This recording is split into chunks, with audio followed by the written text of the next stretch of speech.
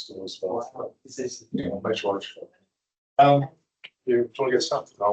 Yeah. Welcome everybody. I'm not Aisha. Aisha will be here in a second. We'll get started the session. We'll welcome Sheraz from West Thames College to talk about some exciting things. I'll just hand straight over. Thank you, Ben. Thank you. Good afternoon. Thank you very much for coming. Today we're going to have a look how we can explore project-based learning to develop mathematical resilience of ESOL learners. Quick background of myself. I'm an ESOL and FS Maths teacher at West Thames College. I've been teaching this country since 2010 and West Thames College since 2012. I've also taught GCSE Maths for a few years and worked as a TLA coach for very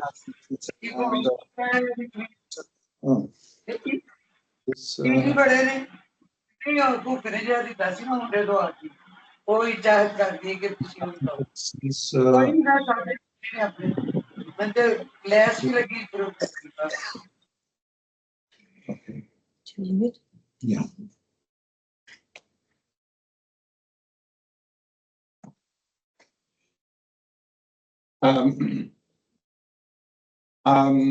Sorry about that. I've been trying to explore mentoring and project-based learning to further enhance mathematical resilience, and hopefully my next project will be how we can use Moodle to increase mathematical resilience of ESOL students.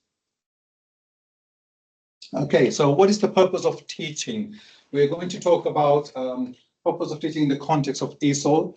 So we've got knowledge, skills, behavior, and search and challenge. But today's focus is mainly on mathematical resilience, so we'll focus more on the maths bits. So we've got maths here, numeracy, and resilience. And there are different models being used in ESOL. We have PPP model, TTT model, TBL, EBL, inquiry-based, flipped learning, and project-based learning. That's what we're going to have a look at today. And I think there's a connection between project-based learning and resilience. And this diagram will show you how they are connected. So in project-based learning, students usually complete difficult and challenging tasks. And they are provided support when they're doing those tasks in a very safe and learning environment. And this gives them motivation because they're being supported and working in collaboration. And most of the time they remain in their growth zone. And mastery experience is a situation where we complete a challenging task, but after a bit of struggle. And that gives them a lot of confidence, and then they develop a sense of growth mindset. And as Dave was talking this morning, that they start believing in their capabilities, and this helps them develop mathematical resilience. Sometimes we get confused between task-based learning and project-based learning. So task-based learning, the objective is to complete a task, whereas in project-based learning, the objective is to produce a final product. So here we have an example of online shopping, for example, buying stuff for a living room or kitchen. But here we have a bigger project, for example, planning a holiday.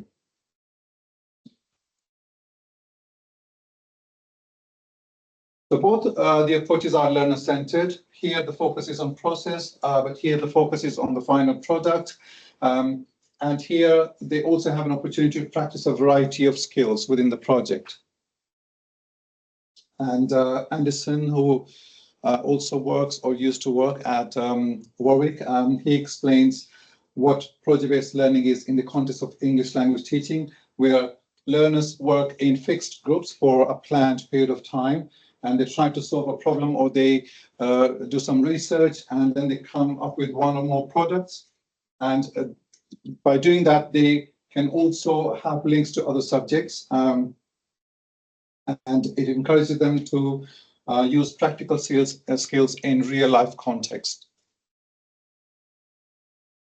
And Bandura says that when students have strong self-efficacy, they are not scared of completing difficult tasks, and they show more interest. And as a result of that, if they are making some mistake or if they are disappointed, they recover back and they bounce back, and that helps them develop their mathematical resilience. Stoller gives a lot of all these different stages of a good project, but today we're going to have a look at the stages that I came up with. But before I can do that, I can show you the ESOL levels that we have. We have pre-entry students with no literacy, no speaking skills at all. And then we have entry 1, that's the group that I use this project with. And then they progress to entry 2, entry 3. And after entry 3, they can go to vocational courses and they can study business, ICT, plumbing, or construction, a variety of courses. Okay, so the stage 1 is choosing groups. And there are 2 different ways I choose groups. Sometimes I use random groups, so using a spinning wheel, or sometimes I invite leaders to come and sorry, I think we started late. I'm already quite nervous.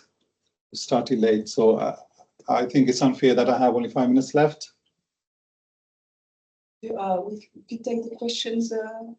No, we started the presentation late, just yeah. a couple of minutes ago. Couple of minutes ago. Yeah. Okay, so that's the first stage when they make groups, and then second stage they have different places and they try to see if they are familiar with the places. And there are 4 places: Oxford, Lake District, Edinburgh, and Cornwall.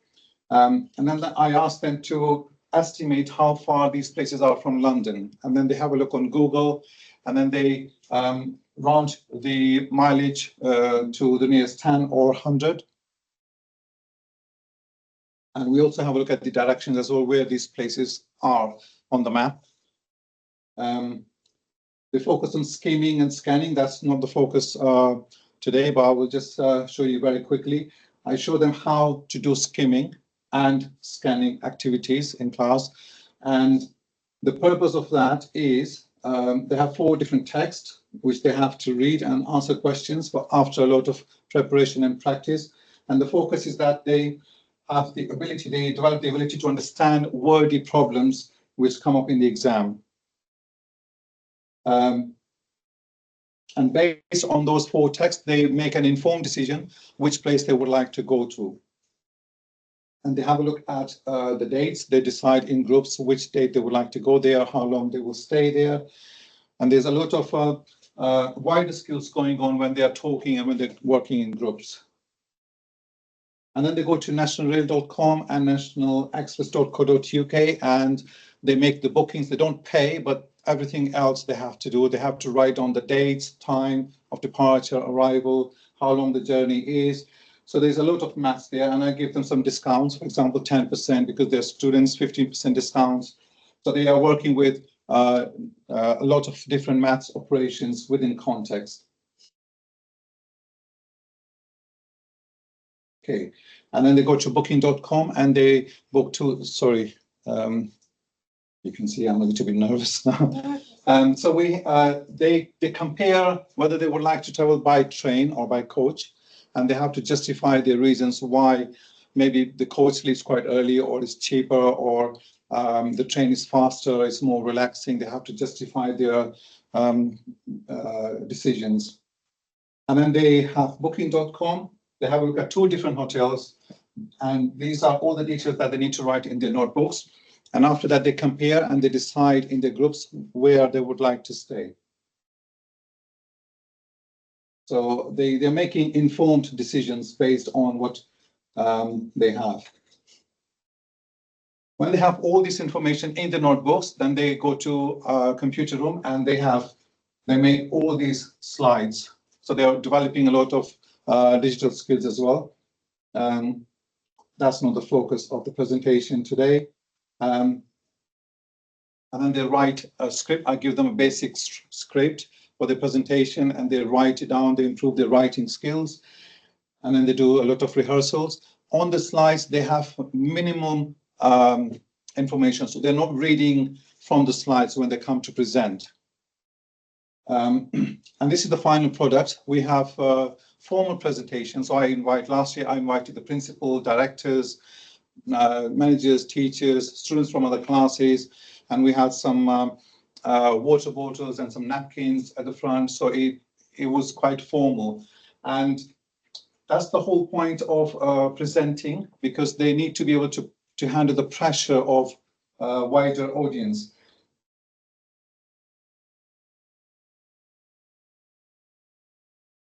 So for ESOL students, I think we cannot just teach them numbers in isolation. It has to be a holistic approach where they're improving their reading, writing skills, speaking skills, digital skills. So it gives them, this project gives them an immersive experience where they are actually planning a holiday. And last year, I remember they said to me, "Teacher, when are we going? When are we going to Oxford?" Because they felt that we were actually going to visit Oxford. And they remained in their growth zone model for most of the time. They improved their self-efficacy, and as a result, they developed overall resilience, but mathematical resilience was part of that project. I will go through the data that I